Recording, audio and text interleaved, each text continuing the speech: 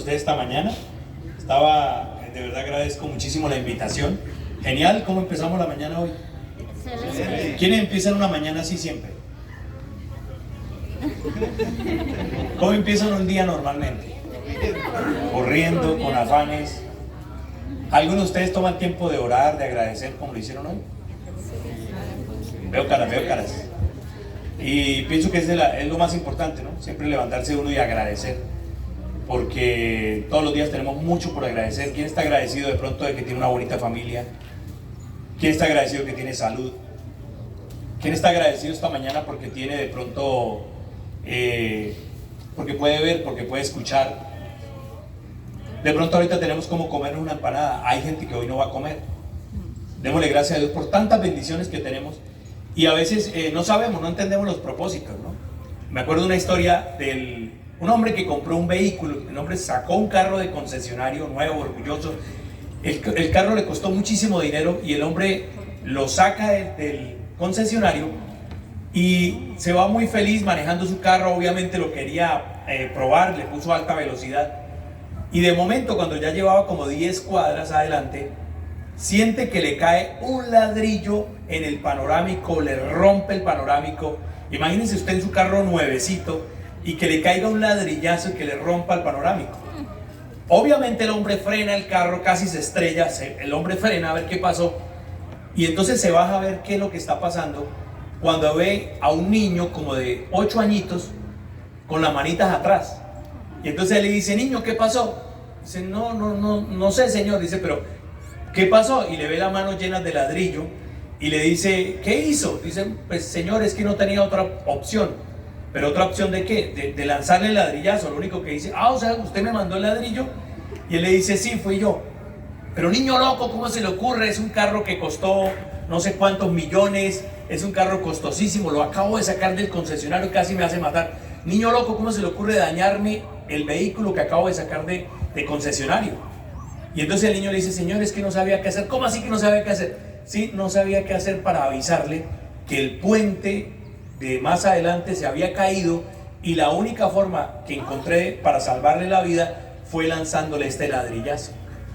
Dice la historia que este hombre duró con su vidrio panorámico reventado por muchos años para recordar que a veces esos ladrillazos nos están salvando de algo peor. ¿Cuántos de aquí de pronto no sabemos de la cantidad de veces que Dios nos ha salvado de un accidente, que nos ha salvado de pronto de peligros? Y uno ni sabe, ¿no? Uno ni supo ni se enteró, pero donde usted estuvo 5 minutos antecitos pasó algo, o después. Y todos los días vemos esos milagros.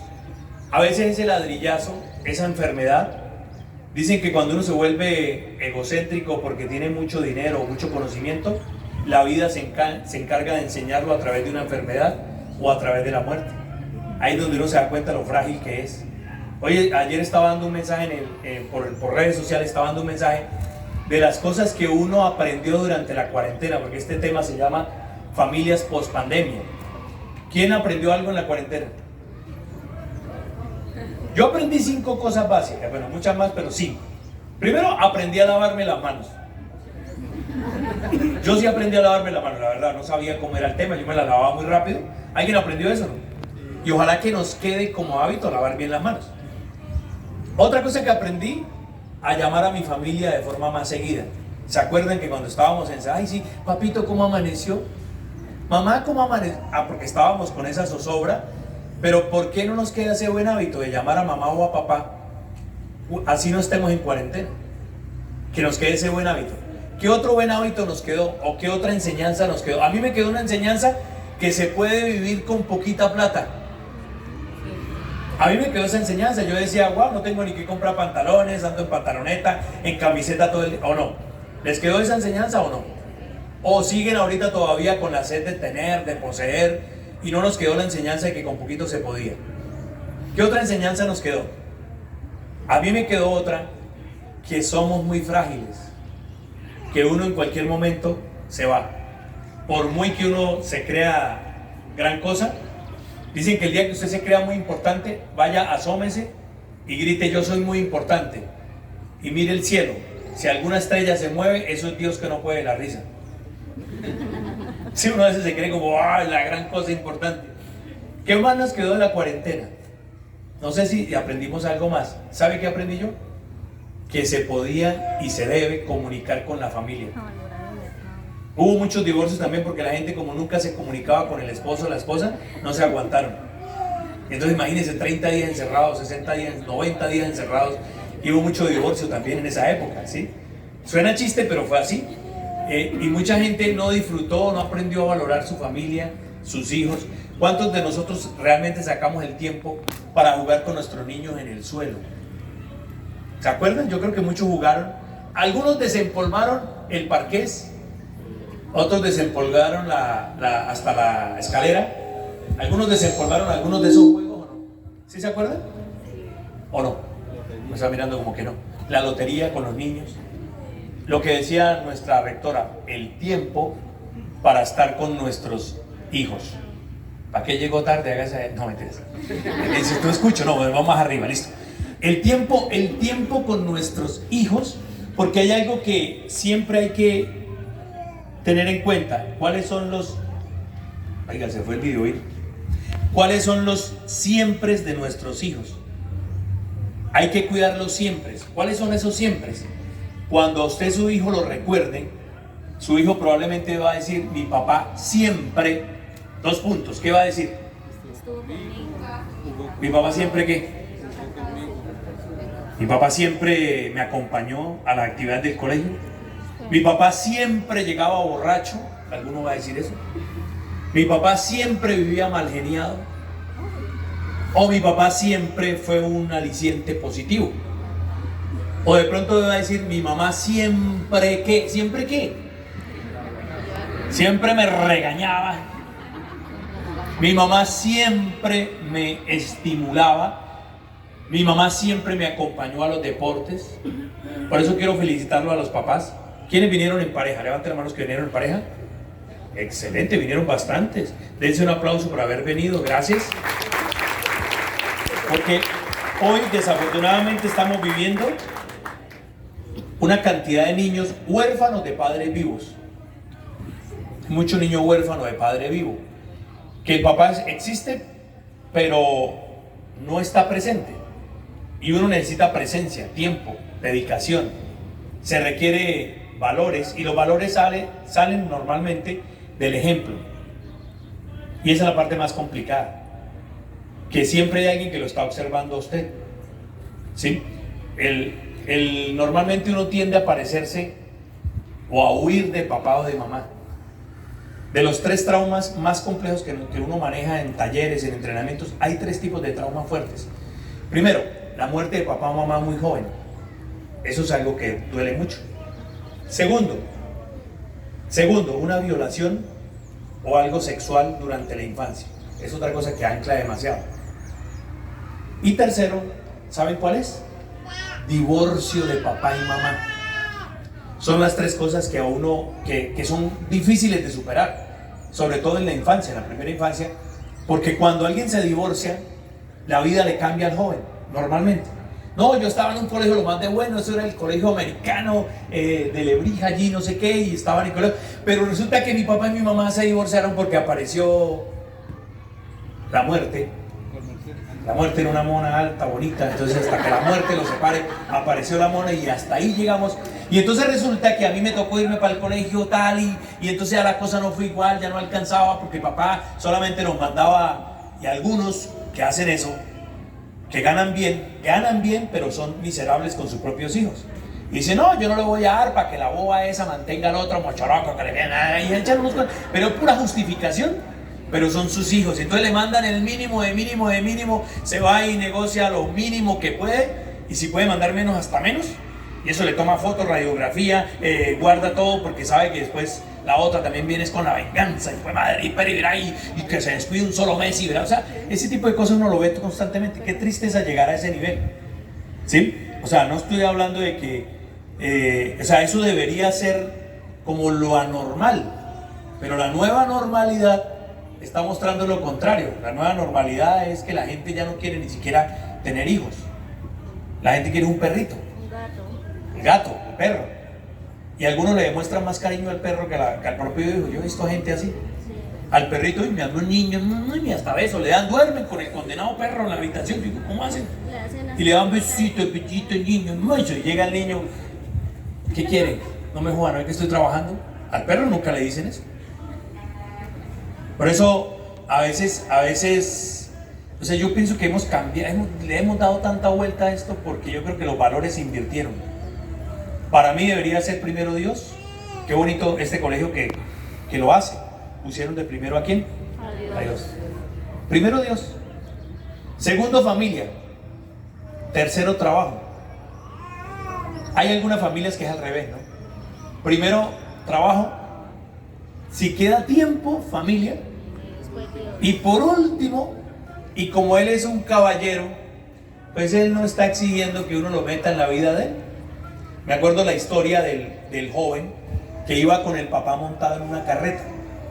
Y de pronto empezó a llover, entonces el camino se puso pantanoso y se hundió una de las ruedas, se hundió. Y entonces el joven le dice, papi, ¿sabe qué? Yo saco la carreta, tranquilo, siéntese en esa piedra que yo saco la carreta. Y el papá le dijo, bueno, dale. Y el joven empezó a tratar de sacar la carreta y duro y nada. Como a los 10 minutos el papá le dice, hijo, usted está dándole con toda la fuerza que tiene disponible. Dice, claro papá, con toda. Espera y verá. Se quita la camisa, intenta sacarlo. 15 minutos más, el papá vuelve y le dice, hijo, usted está seguro que lo está intentando con toda la fuerza que tiene disponible. Claro papá, con toda. Es más, va y trae un palo, hace una palanca, intenta sacarlo y media hora después vuelve y el papá le dice, hijo, ¿estás seguro que le está dando con toda la fuerza que tiene disponible? Y entonces el joven ya cansado le dice, ay papá, ¿qué me quiere decir con eso? Y en ese momento el papá se baja de la carreta y entre los dos levantan la carreta fácilmente. Usted tiene a su papá disponible. Si quiere, pide la ayuda o hágalo solo. Pero por experiencia le digo que con Dios todo es más fácil. Y hay unos problemas que humanamente es casi imposible de solucionar. Por eso es que dice que cuando una serpiente ataca a un águila, el águila no se pone a pelear con la serpiente, el águila simplemente se eleva, la lleva y la eleva a sitios tan altos que la serpiente se marea, donde pierde el oxígeno y la deja caer. Ella no pelea con él. Hay problemas que hay que subirlos, hay problemas que hay que llevarlos a un nivel diferente para que se caigan solos. El problema es que muchas veces uno dice, no, yo lo hago solito, yo soy capaz, con mi esfuerzo, mi conocimiento. Bueno, es su decisión. Pero vuelvo y le repito que por experiencia le digo que con Dios todo es más fácil. ¿Y por qué hablo de esto? Porque los seres humanos somos mente, cuerpo, espíritu. Así algunos lo nieguen. Los seres humanos somos mente, cuerpo, espíritu. Y muchos nos esforzamos mucho en lo mental, estudio, me gradúo, lo que decía nuestra rectora, que los muchachos tengan buenas notas. ¿Ok? Y otros de pronto la parte física excelente, voy al gimnasio, como bien, hago ejercicio, tomo agua, bueno, todo. Pero algunos olvidan la tercera parte del ser humano, que es la parte espiritual, que es la más importante. Si usted está bien en la parte espiritual, créame que las otras están muy bien. Cuando usted tiene poquita fuerza espiritual, las demás se van, ¿vale? Vamos a ponernos de pie un momento, hágame el favor, vamos, que lo veo ahí como sentaditos. Si quiere, hagámonos mirando hacia allá, hágame el favor. Y dele un masajito a la persona que tiene al frente, en los hombros, un masajito en los hombros. Hágame el favor, dele un masajito bien rico. Suave, suave, rico, rico, rico. Por favor, saque el martillo, dele un martillito bien rico. Ahora hágale serruchos hacia abajo, serruchos. Y por favor, restríguele la bola de la mano, sí, la bola de la mano, ¡ay! La bola de la mano así rico en los hombros. Ahora devuélvalo. Enséñele cómo era. Acuérdate, saque el martillito rico, ¿eh? Devuélvalo. Serrucho, si puede, serrucho. Restríguele la bolita de la mano bien rico. Tranquilo, dale. Bueno, gracias, sentémonos, gracias, muy amable. Bueno, vamos a mirar algo aquí interesante. A ver, me gustaría que vieran este video. Este video va a mostrar, ahí hay dos equipos, hay un equipo blanco y un equipo negro. El equipo blanco se va a dar unos pases con un balón de baloncesto. Me gustaría que contaran, mentalmente cuenten cuántos pases se da el equipo blanco, ¿vale? Cuenten mentalmente cuántos pases se dan.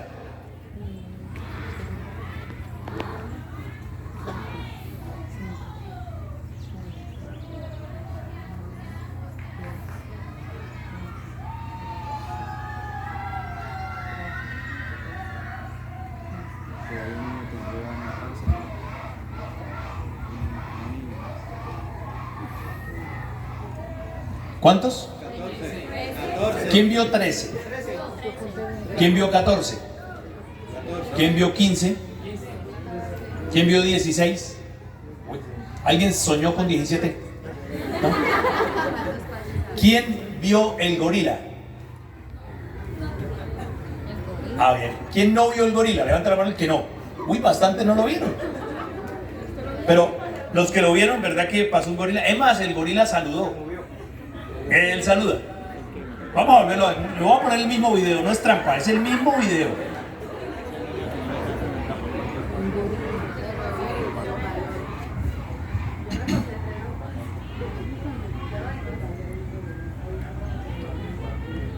Ahí viene, míralo, míralo. Y él saluda, míralo.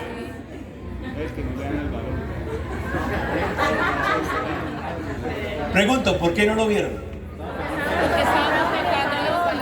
Bueno, porque hay algo que se llama órgano de enfoque reticular agudo. Órgano de enfoque reticular agudo. Ese órgano, de alguna forma, separa cierta información y solo le muestra a su cerebro otra información. En otras palabras, usted ve lo que quiere ver. Dos personas ven al mismo sitio y ven dos cosas diferentes. Los que son casados me entienden. Los casados saben que uno de hombre ve cosas y la mujer ve 300 cosas que uno no ve. O sea, son más observadores. Pero, ¿qué sucede? Que en lo que usted enfoque, eso se acrecienta. Cuando una persona se la pasa diciendo que la situación está jodida, que esto lo lleva, que lo trae, que pereza, todo, ahí viene qué pasa. Observa eso. ¿Qué días tomé un InDriver? Yo normalmente llevo a mis hijos al colegio en la mañana y en la tarde, pero ¿qué días en pico y placa agarré un InDriver? Y yo veía a este señor cómo peleaba con media Bucaramanga. El paseo es como de 10 minutos, pero ese señor peleó con el del que se comió el semáforo según él, con el de la moto que según él lo cerró, con el que le hizo cambio de luces, y peleó como con 7 personas. A mí me pareció una cosa, un caso de estudio, la verdad. Yo le pregunté, venga, ¿cómo hace usted para encontrarse tanto loco en Bucaramanga? Y porque él iba peleando todo el viaje, ¿sí? Y yo le decía, yo hago este viaje todos los días y no me encuentro con tantos locos. Él me decía, ¿cómo que no? Si Bucaramanga está inundada de gente así, no vio el tipo ese, el otro, no sé qué. O sea, y hay gente que maneja de esa forma. Según ellos, el mundo entero está en contra de ellos. Pero ellos son los únicos que tienen la razón. ¿Conocen a alguien que maneja así? Que se transforman. En la calle son unos, a pie son unos, pero en el carro se monta y saca la bestia. Y empieza a discutir con todo el mundo. ¿Por qué? Porque su programación mental está enfocada en ¿qué? ¿En lo bueno? ¿En lo malo? Yo normalmente llego a un parqueadero y siempre digo, señor, que está disponible un espacio, y casi siempre o va saliendo alguien o hay un espacio. Mi esposa dice, ¿cómo hace usted? Le digo, no sé, yo lo creo, de alguna forma me lo imagino y pasa. ¿Sí? Pero hay gente que no, hay gente que donde llega ve lo malo. Es más, alguno aquí ya está aburrido y para eso me hicieron venir. Sí, de pronto alguien aquí, ay, qué pereza. Porque está observando eso. Y depende de lo que usted se enfoque. Entonces, por ejemplo, con la crianza de los hijos, hay que elevar nuestro nivel de expectativa, porque la gente responde dependiendo de la expectativa que usted tenga. Si su expectativa con su hijo es alta, probablemente él va a responder con una actitud y una forma de comportarse con una actitud alta. Pero si su expectativa es bajita, hay gente que critica mucho a los hijos o a la pareja. Como el caso de Sócrates. Cuando llegó Sócrates le dijo, mamá, en la escuela me están diciendo que soy muy feo. Y la mamá le dice, venga, y se lo lleva al cielo estrellado de Atenas, que había luz, y le dice, asómate en este río. Y Sócrates se asoma en el río y él dice, uy, sí soy feo. Sí, se asomó y se asustó. Y la mamá le dice, no, tú no eres feo. Lo que pasa es que él era cabezón. Entonces la mamá le dice, tú no eres feo. Lo que pasa es que mira esas estrellas. Tú vienes de esas estrellas que son superiores a la tierra. Tú vienes de allá y por eso eres diferente, porque eres superior a los demás. Y Sócrates se la creyó desde niño. Yo siempre he dicho qué bueno que fue griega la mamá, ¿no? ¿Qué tal donde hubiera sido colombiana? Y entonces la mamá le dice, pues mamita, mamá, es que en el colegio me están diciendo que soy feo. ¿Qué hubiera dicho? Usted salió igualitico a su papá, tranquilo, que también es igual. Espero que no, espero que no sea aquí. Pero a veces sucede que Nosotros las palabras construyen o destruyen. Un rey pide que le traigan la parte del cuerpo humano con la que se habían hecho las peores cosas de la historia. Con la parte del cuerpo donde hubieran hecho las peores cosas. Y le traen una lengua en una bandeja. Y él dice, ¿y por qué una lengua? Y dice, claro, con la lengua se critica, con la lengua se destruye, con la lengua se habla mal, con la lengua se da chismes y eso daña muchas cosas. Y el rey dijo, entiendo. Pasaron 15 días y dijo, entonces, ¿cuál será la mejor parte del ser humano? Pasaron 15 días y pidió que le trajeran la parte del ser humano con la que se hubieran hecho las mejores obras y cosas. Y adivine qué le trajeron. Otra lengua. Dijo, no entiendo, y no era la mala. Dijo, sí, pero con la lengua también se construye, se habla bien, se edifica, se puede construir ideas con la lengua. La pregunta es, nosotros con esta lengua creadora, ¿qué estamos haciendo? ¿Estamos creando cosas buenas o estamos destruyendo nuestro hogar? Verde, sí. Una señora una vez, ella se quejaba y decía, la señora decía, pues se quejaba, no, me contaba que toda la noche estaba teniendo el mismo sueño. Y ella soñaba que ella servía la comida, una comida muy rica en el sueño.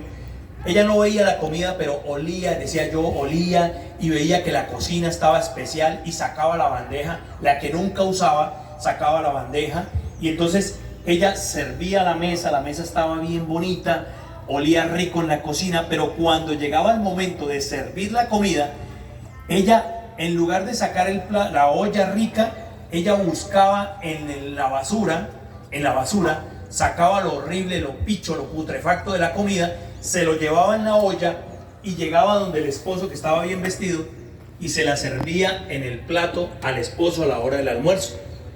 Y ella decía, y se despertaba en ese momento, ella se asustaba y se despertaba y decía, ¿cómo es posible que esto me esté pasando? Y así durante varias noches tuvo el mismo sueño. Y decía, pero no lo entiendo. Y yo le decía, pídale a Dios que le revele. Una tarde me llamó y me dijo, ya entendí qué es lo que está pasando. Y le dije, ¿qué pasó? Me dijo, ya entendí. Lo que pasa es que, y me di cuenta esta tarde, me dijo, ¿cuál es la enseñanza de ese sueño?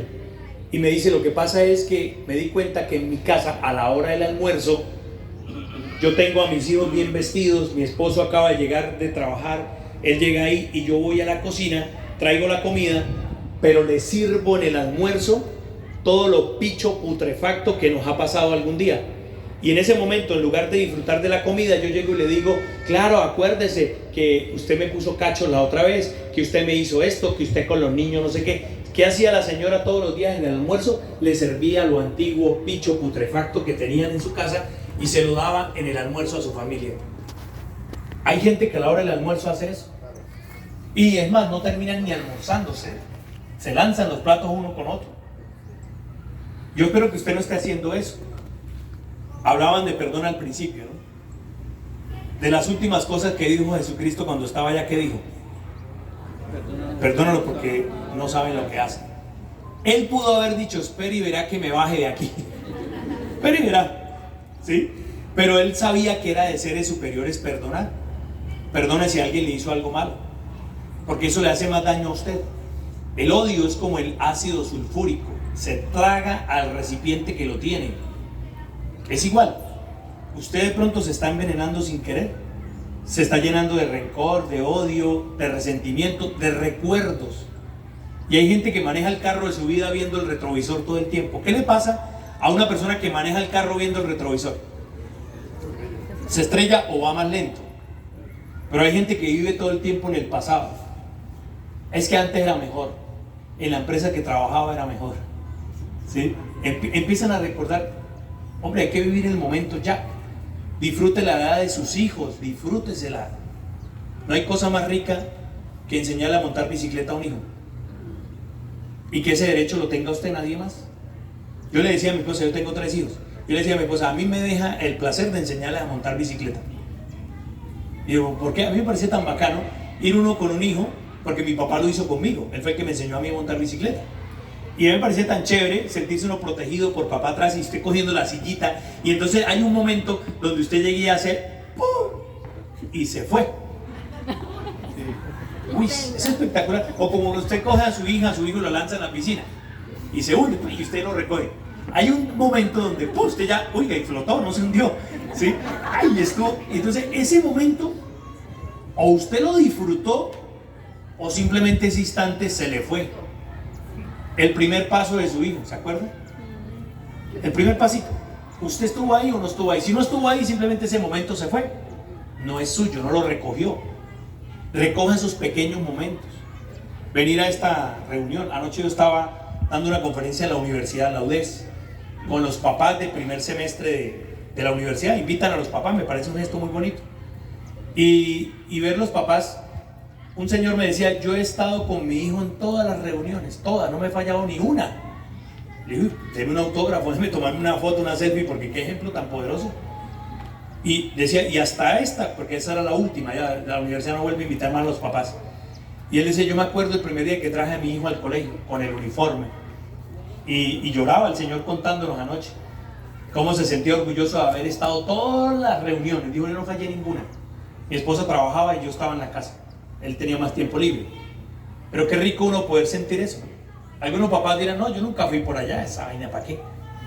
Nunca fui. Mi mujer era la que iba, dicen así, mi mujer era la que iba, ella, como si fuera solo la mamá. Y mire, hoy vamos a tocar un tema rápidamente, un tema que tiene que ver con la familia post-pandemia. Mire, hay diferentes tipos de papás. Vamos a hablar de algunos. Primero está el indulgente, el cómplice de su hijo. Tenga cuidado con no ser el cómplice. Una cosa es que usted los ayude, otra cosa es que usted sea el cómplice. ¿Cuál es el cómplice? El que le acolita todo, lo decía la rectora hace un momento. El que le celebra todo. El niño dijo una grosería, error. Se ríe uno por la grosería que hizo el niño. La niña hace un baile erótico, ay sí, celebré, ay, póngale música. Y luego no quiere que la niña sea tiktoker y se muestre. A veces uno mismo comete esos pequeñísimos errores. Como cuando el niño está llorando, entonces le dan una papa frita para consolarlo. Una papita frita. El cerebro dice, ok, alegría, comida, comida, alegría. Por eso muchos no bajan de peso nunca. Porque en su cerebro está asociado la felicidad o el consuelo en la comida. Porque usted le pagaba con comida. Entonces, claro. ¿Sí? Esa es la que hace ejercicio no baja fácilmente. Tiene que... Ay, perdón. ¿Sí? Entonces, cuidado con convertirse en el cómplice. Y siempre en la casa hay un cómplice y una cara dura, ¿o no? No sé cuál es el papel suyo. Si es papá, el papá fuerte o la mamá fuerte, no sé cuál es. Y a veces la amenaza es, espere que llegue su papá y verá. Entonces, le van dando la parte de regaño, se la descargan a uno solo. Entonces, cuando digan los famosos siempre, es que van a decir, mi mamá siempre era buena gente, mi papá siempre era el jodido. Le dejan el siempre malo al otro. Y eso es un equilibrio. Muy importante, está el papá indiferente, que haga lo que quiera. Eso, que haga lo que quiera. Y en la parte de valores, que haga lo que quiera. Es más, yo no le voy a enseñar nada de eso a mi hijo, que aprenda lo que quiera. Dejémosle que es libre desarrollo de la personalidad. Hombre, el hombre es el sacerdote del hogar. El hombre. Se supone que usted es el que debe explicar las normas, la ética, valores, la parte espiritual. ¿Le corresponde a quién? Al hombre. Usted es el sacerdote de la casa. Pero el sacerdote a veces no ejerce la labor de sacerdote y deberíamos ejercerla. Cuando digo sacerdote es ese, el que dirige la parte espiritual, la parte mental, debería ser el hombre. Y entonces muchas veces decimos no, que haga lo que quiera. Tercer tipo de papá, el impulsivo, el que vive con puro mal genio a toda hora. Entonces llega la familia, escóndase que llegó mi papá, apure, apure que llegó, escóndase, llegó el ogro o la ogro, ¿sí? Escóndase. Y hay gente que tiene doble personalidad. En la calle son una calidad. Le hace favores a todo el mundo. Mi amiga y el jefe, ahí llegó el jefe, ahí llegó. Mira, le traigo un tintico al jefe y llega a la casa y saca el ogro. Y dice, oiga, prefiero ser empleado suyo. O sea, prefiero trabajar con usted en la empresa que ser hijo. Y cuidado porque es una línea fina. A veces la gente... Pero es que también depende mucho cómo te crearon. A veces no es ni culpa suya, a veces como su papá hizo lo mismo. y la única forma de demostrar amor era a través de gritos. Era su forma de expresar amor. De todas formas es una forma de expresar. De pronto no era más positiva, pero la expresaban así. Entonces uno hereda eso. A veces la gente, el médico le dice a uno, usted tiene problemas de azúcar. Y entonces él dice, su mamá tenía problemas de azúcar. Empiezan a buscar como la herencia. Pero lo que uno a veces no tiene en cuenta es que más que heredar a través de los genes, lo que se hereda son los hábitos. Si su mamá y su papá comían chocolate en la tarde, siempre con pan todas las tardes, pues lo más probable es que usted aprendió a comer igual. Si ellos eran mal geniados, normalmente, adivine qué pasa, usted tiende a ser similar. Usted por más que sea, algún momento lo va a sacar. Pero usted ya es adulto y puede tomar el control de esa forma de ser. Deje de estarse justificando que es mi mamá, mi papá era así, mi papá era así. O en la época mía uno no podía ni hablar porque le daban un jetazo. Entonces agradezca que le di medio jetazo nomás. La sacó barata. O sea, hay que ir rompiendo un poco La Biblia dice que no airéis, no llevéis tus hijos a la ira. O sea, que no los provoquemos a la ira. ¿Sí? En lugar de eso tenemos que ser un ejemplo. Con el solo ejemplo usted arrastra. Que su hijo diga, mi papá siempre ha sido una persona intachable. Que se sienta un orgulloso de ese papá. Que uno diga, a mí me encanta pasarla con mamá, con papá. Mi casa es un hogar, un altar. Y no que sea, mejor dicho, pórtese como cuando tiene visita en su casa. Cuando hay visita en la casa, nadie escupe, nadie eruta, el papá tiene camisa, todo el mundo es decente. Se va a la visita y bueno, mija, se acabó el reinado. ¿Sí? A veces pasa eso, ¿no? Pórtese como cuando tiene visita, o sea, que su casa sea una visita todo el tiempo.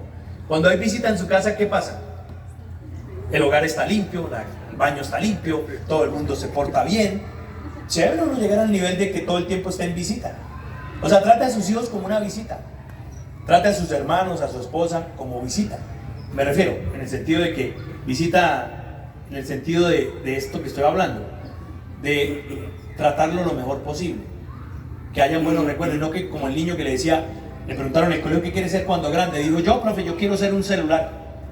¿Cómo así que quiero ser un celular? Sí, yo quiero ser el centro de atención de mi casa. Yo quiero que cuando yo me dañe, todo el mundo me quiera mandar a arreglar rápido, como cuando se daña el televisor. Yo quiero que mi papá se acueste conmigo, así como se acuesta a dormir y se levanta y se despierta 100% con el celular. Algunos tenemos que aplicarnos la famosa eutanasia digital. Vamos a hablar ahorita del celular. Pero vamos con el cuarto tipo de padre, el padre sobreprotector, que tiene hijos reconsentidos. Y yo he visto papás humillados en centros comerciales, los he visto. Porque el niño es el pillo que manda en la casa. Nosotros pasamos de ser la última generación que le tuvo miedo a los padres a ser la primera generación que le tiene miedo a los hijos. Y hay papás que le tienen miedo a los hijos. Ay, no, hágale porque es que el niño empieza a llorar. Y eso es desde la crianza, desde bebé. ¿Usted cree que un niño no sabe? Claro, el niño llora. ¡Ah! Y uno ahí corre, sobre todo el papá primerizo, ¿no? Ya cuando tiene 3 pelados, déjalo que llore, que se le quita. Sí, el que tiene experiencia sabe.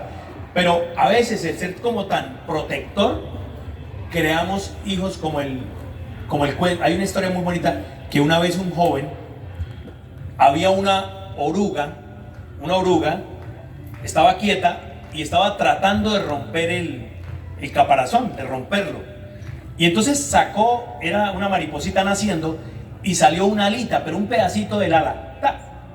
Y entonces un niño que estaba viendo el proceso dijo, pobrecita la mariposa, yo voy a ayudarla. Y agarró unas tijeras y rompió el caparazón. Obviamente la mariposa salió, pero la mariposa salió fofa, boba, no volaba. ¿Por qué? Porque no volaba, ella salió ahí. Un abuelito que iba pasando le dijo, niño, ¿por qué le desgració la vida a esa mariposa? Dice, no, yo no se la desgracié, es más, yo lo quise ayudar, le rompí el capullo. Dice, por eso le desgració la vida a la mariposa, porque la mariposa necesita romper el capullo ella misma para que el líquido de las alas se le salga y pueda volar. Ahora, gracias a que usted le hizo ese supuesto favor, esa mariposa nunca va a volar porque creció boba, fofa. ¿Y cuántos de pronto estamos criando hijos con las alas así? Porque el niño necesita un poquito de sol, un poquito de hambre. Eso lo decía Confucio hace muchos siglos. Así usted tenga toda la plata del mundo, de alguna forma haga que él luche las cosas. Pero si uno mágicamente le aparece todo, le rompe el capullo, pobrecito. Y ahora con el cuento del ChatGPT, peor, nos jodimos. ¿Alguien ha jugado ya con ChatGPT? ¿Saben qué es? Inteligencia artificial. La inteligencia artificial. El ChatGPT es una... Bueno, depende de cómo uno lo mire. Yo no estoy en contra, tampoco a favor, estoy en la línea mitad. Pero el ChatGPT, si alguno no lo ha hecho, hágalo. Porque mi hijo, ¿cómo aprendí yo eso? Les cuento cómo lo aprendí. No es que yo esté ahí metido en la tecnología. Simplemente mi esposa estaba teniendo una confrontación con mi hijo. Y entonces había una palabra, él le dijo una palabra, no recuerdo la palabra, tal vez era como, algo así como responsabilidad, pero no era eso. Entonces mi esposa le dice, esa palabra no significa eso. Él tiene 15 años y los pelados a los 15 siempre debatiendo con mamá. Y entonces yo apenas lo miraba, ¿no?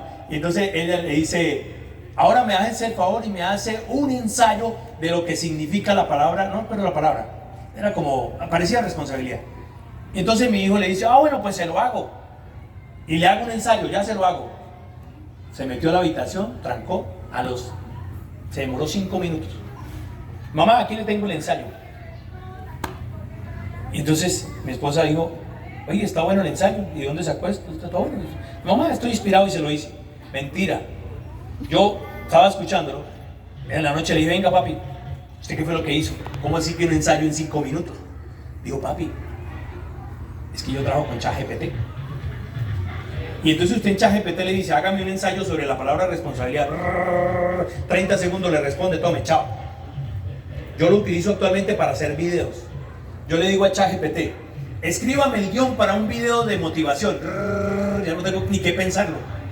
Le dije, ¿qué días? Escríbame un libro como si lo hubiera escrito Robert Kiyosaki, el autor del libro Padre Rico, Padre Pobre. Y este condenado, no lo hizo completo porque hay que pagar la otra versión, pero me escribió casi que 3 capítulos de como si lo hubiera escrito Robert Kiyosaki. Ahora, eso va a servir para cosas muy buenas, para el que haga publicidad, para el que, o sea, sirve. Yo lo estoy usando para mis podcasts, para los mensajes. Digo, deme 10 ideas para hacer podcast sobre familia. Y me da 10 ideas. Cuando uno se queda sin ideas, es una herramienta muy buena. Sin embargo, ¿qué puede pasar con esa herramienta? Que ya no necesita pensar. Es más, con ChatGPT usted hace un video, él mismo se lo hace. Si usted es bueno haciendo Excel, olvídese, ese trabajo se va a acabar. Porque usted le dice a esa vaina, prográmeme esto, que me sume esto y que me haga eso, ya no necesita hacer la fórmula, él se la hace completa. O sea, es coger toda la inteligencia del internet y él le responde. Una vaina de la más brutal. Para mí esa vaina va a partir el mundo otra vez. Digo, no el mundo en dos, pero sí como va a haber un avance y también un retraso en ciertas cosas. En China lo prohibieron ya, porque los pelados lo usaban para el colegio. O sea, eso es peligroso para un colegio. Y lo peor es que los 5, los 10, los 30 podemos hacer la misma pregunta y contesta diferente. ¿Cómo detecta uno que lo hizo con eso o no lo hizo con eso? Ahora, no estoy satanizando esa herramienta, estoy hablando que es una herramienta que bien utilizada, de hecho es una de las profesiones mejores pagas actualmente. ¿Sabe cuál es la profesión? Aprender a hacerle preguntas interesantes a ChatGPT. El que aprenda a hacerle, porque hay que preguntarle bien, el que aprenda a hacer buena pregunta, hay un sueldo de $10,000 mensuales en las multinacionales, por si a alguno le interesa. Pero bueno, ¿por qué les hablo de esto? Porque los cambios, la velocidad del mundo va a una velocidad tan alta, pero nosotros quedamos ahí como atrapados en tanta tecnología. Y algunos estamos tan dependientes de la tecnología que algunos están ahorita tan enfermos y dicen, yo me quiero ir a contestar el WhatsApp. Algunos no se aguantan ni media hora de no mirar el celular. Hay experimentos sociales donde muestran que la gente no deja el celular por más de 30 minutos, se enferma. Y está el último papi, el perfeccionista. El que se disfraza de perfeccionismo. Y entonces ese papá que mete al hijo a fútbol, a piano, a curso de inglés, a curso de paracaidista, a curso de... Entonces con vaina. Entonces el hijo tiene que aprender, o sea, lo vuelve... Yo conocí un papá así, obsesivo con el pelado. Claro, el pelado se reventó. Pues el papá decía, no, es que yo quiero que él tenga y aprenda todo lo que yo no supe. Está bien hasta cierto punto, pero cuando ya es exagerado, que se vuelve perfeccionismo, puede ser peligroso. Porque ese joven es el que se suicida cuando no saca las mejores notas en el colegio. Y ha pasado muchas veces. Es que mi papá me exigía tanto que yo ya no... Bueno, ustedes saben la historia de Michael Jackson. Tanta exigencia en qué terminó. En un trauma para el pelado. Exitosísimo en una parte, pero fracasado en lo personal. Entonces cuidado con caer en el perfeccionismo. Es importante obviamente exigir, pero no ser el papá perfeccionista.